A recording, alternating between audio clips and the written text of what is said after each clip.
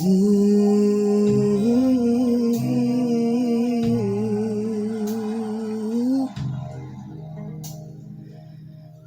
yeah. Yes, sing it, girl. In the AM, the way you hold me, wow. Something about a sweet rendezvous in the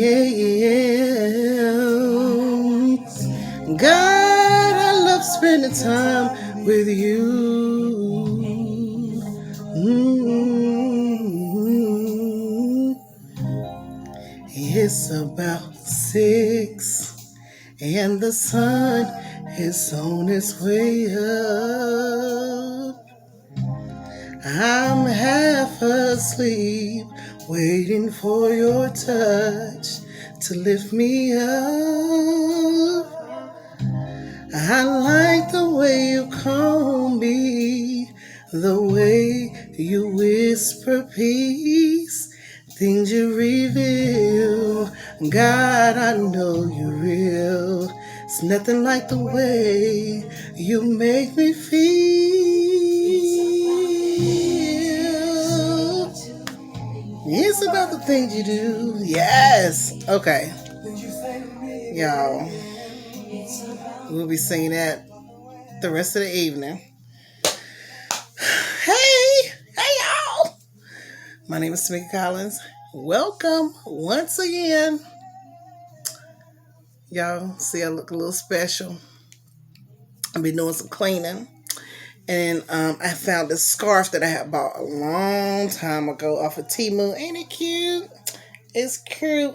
And I seen this girl that just showed me how to tie it. So I was like, let me try. And here it is. Ain't it cute? I ain't gonna take it loose because then I have to put it back together. And then you see my lips. Like I said, I was doing some cleaning and found some stuff, giving away some stuff. But I like makeup too. And so I found some of my old makeup and I was like, ooh, that's so cute. I've never worn it before. And so I wanted to see what the shades look like. My mama gave me these things a few months ago. Last year, Christmas time, around Christmas time. Ain't they cute? They cute. Anywho, this is my Facebook page, my Facebook channel. You might see some makeup stuff on here. I like the dip dab. Anyway, and we are reading the Bible from Genesis to Revelation. Let me turn this down a little bit more. Y'all, that they're gonna Layla Hathaway. Ooh, that's called In the AM. It's on Donald Lawrence. Ooh, it's called that's not what it's called. It's called the Ultimate. Oh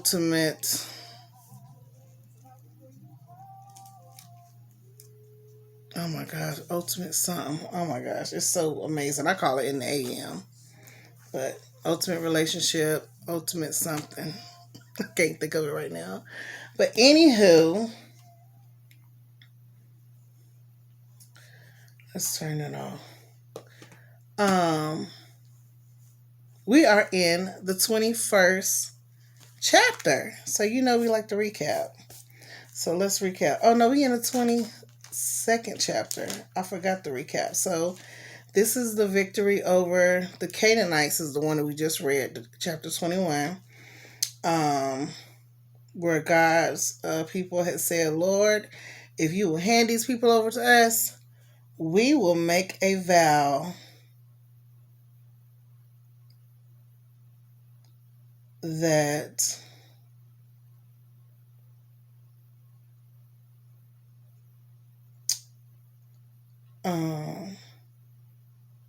that they will serve him, and God did that. He He helped them destroy their town and overtake them. And so um,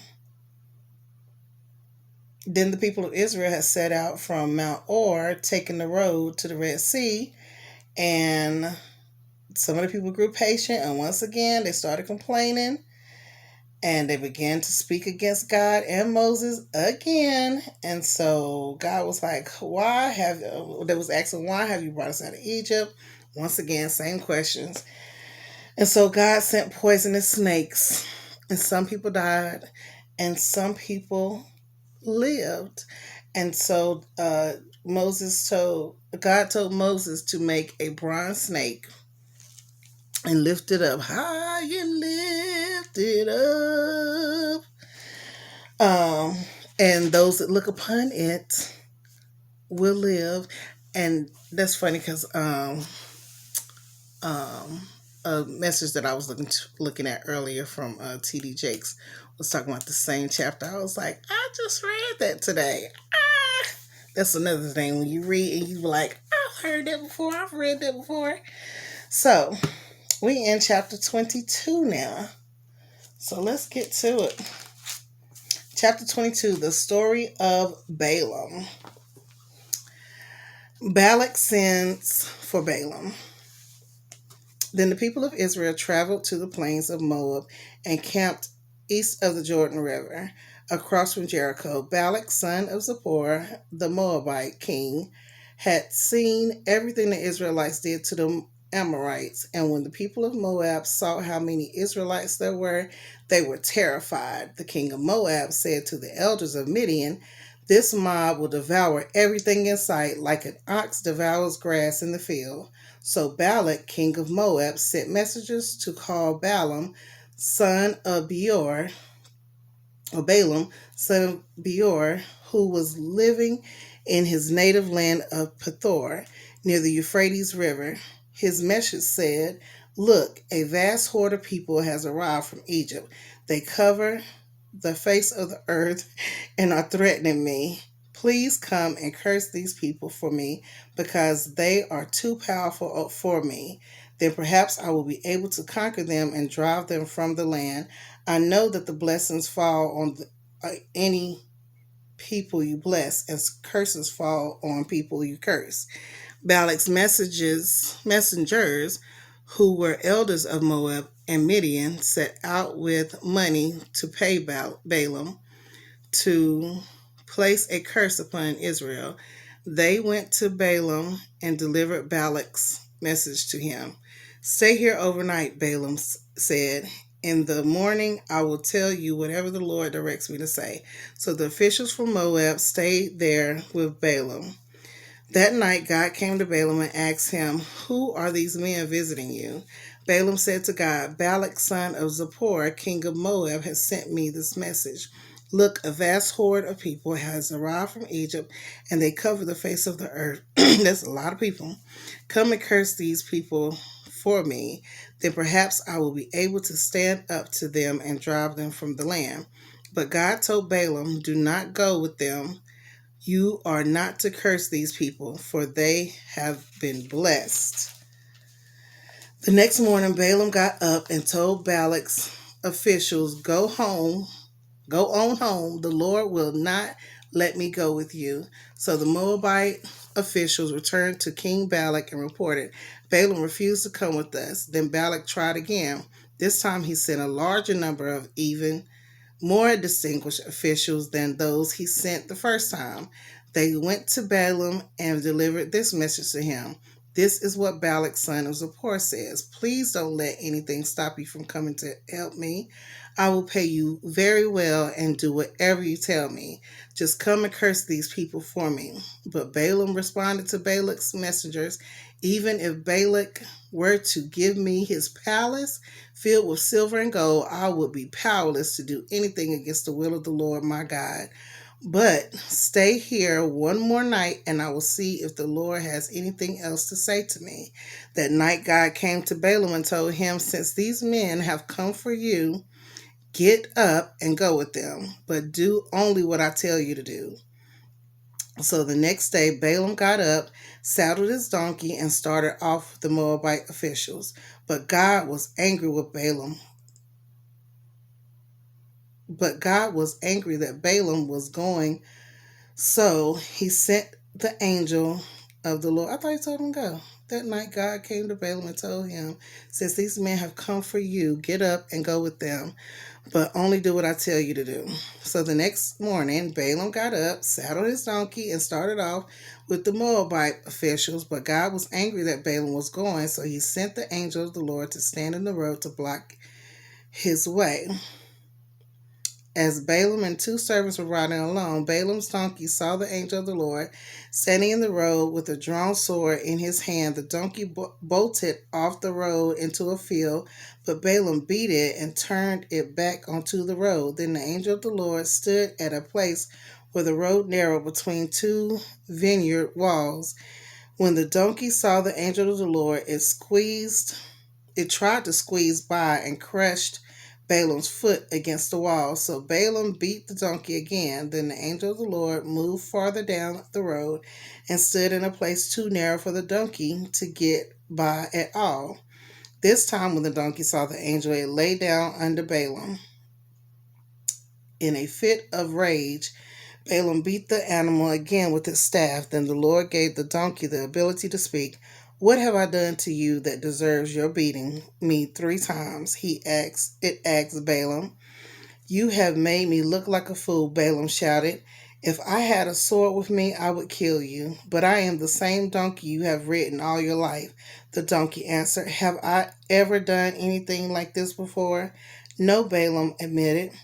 Then the Lord opened Balaam's eyes, and he saw the angel of the Lord standing in the roadway with a drawn sword in his hand. Balaam bowed his head and fell face down on the ground before him. "Why did you beat your donkey those 3 times?" the angel of the Lord demanded. "Look, I have come to block your way because you are stubbornly resisting me." 3 times the donkey saw me and shid away. "Otherwise, I would certainly have killed you by now and spared the donkey." Then Balaam confessed to the angel of the Lord, "I have sinned. I didn't realize you were standing in the road to block my way. I will return home if you are against my going." But the angel of the Lord told Balaam, "Go with these men, but say only what I tell you to say." So Balaam went on with Balak's officials. When the king Balak heard that Balaam was on the way, he went out to meet him at a Moabite town on the Arnon River, at the farthest border of his land. "Didn't I send you an urgent invitation? Why didn't you come right away?" Balak asked Balaam. "Didn't you believe me when I said I would reward you richly?" Balaam replied, "Look, now I have come, but I have no power to say whatever I want. I will speak only the message that God puts in my mouth." Then Balaam accompanied Balak to Kiriath Huzoth, where the king sacrificed cattle and sheep. He sent portions of the meat to Balaam and the officials who were with him. The next morning, Balak took Balaam up to Bamoth Baal, where from there he could see some of the people of Israel spread out below him. I think I can read the next one. Then Balaam said to the king Balak, this is chapter 23, "Build me 7 altars here and prepare 7 young bulls and 7 rams for me to sacrifice." Balak followed his instructions, and the two of them sacrificed a young bull and a ram on each altar. Then Balaam said to Balak, "Stand here by your burnt offerings, and I will go see what the Lord will respond to me. If the Lord will respond to me, then I will tell you whatever he reveals to me." So Balaam went alone to the top of the bare hill, and God met him there. Balaam said to him, "I have prepared 7 altars and have sacrificed a young bull and a ram on each altar." The Lord gave Balaam a message for King Balak. Then he said, "Go back to Balak and give him my message." So Balaam returned and found the king standing beside his burnt offerings with all his officials of Moab. This was the message Balaam delivered. "Balak summoned me to come from Aram. The king of Moab brought me from the eastern hills. Come, he said, curse Jacob for me. Come and announce Israel's doom. But how can I curse those whom God has not cursed? How can I condemn those whom the Lord has not condemned? I see them from the cliff tops. I watch them from the hills. I see a people who live by themselves, set apart from other nations. Who can count Jacob's descendants, numerous as dust? Who can count even a fourth of Israel's people? Let him die like the righteous. Let me die like the righteous. Let my life end like theirs.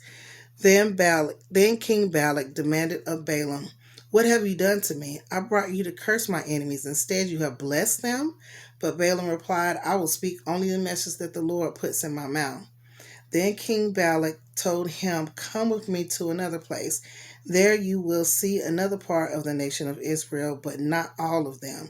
Curse at least that many. So Balak took Balaam to the plateau of Zophim on Pisgah Peak. He built 7 altars there and offered a young bull and a ram on each altar. Then Balaam said to the king, stand here by your burnt offerings while I go over there to meet the Lord.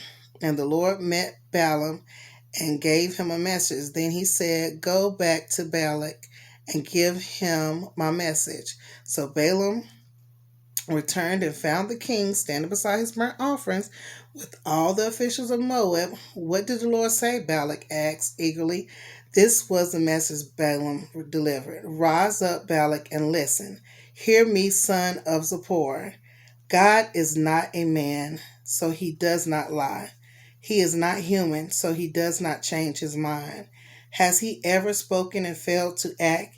Has he ever promised and not carried it through? Listen, I received a command to bless. God has blessed, and I cannot reverse it. No misfortune is to come, is his plan for Jacob. No trouble is in store for Israel, for the Lord their God is with them. He has been proclaimed their king.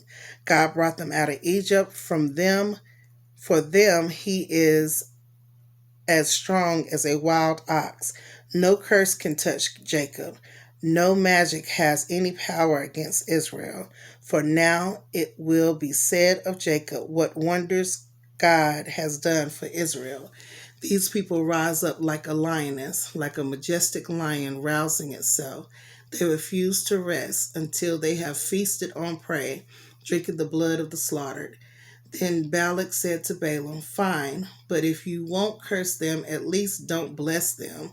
But Balaam replied to Balak, didn't I tell you that I can only do what the Lord tells me?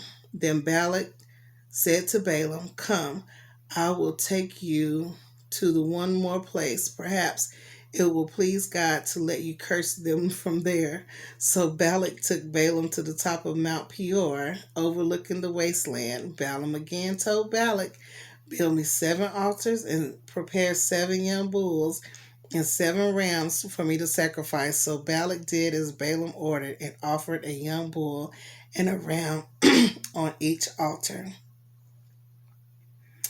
All right, that was 22 and 23. Wow. He trying to get them people cursed, but he can't curse them. They blessed. We blessed it. We is blessed. Blessed assurance. Hey, blessed assurance. Okay. Well, I hope y'all have a good morning, afternoon, evening, and night time. And the midnight hour. Oh, yes. I hope you have a great one. And I will see you next time. Okay?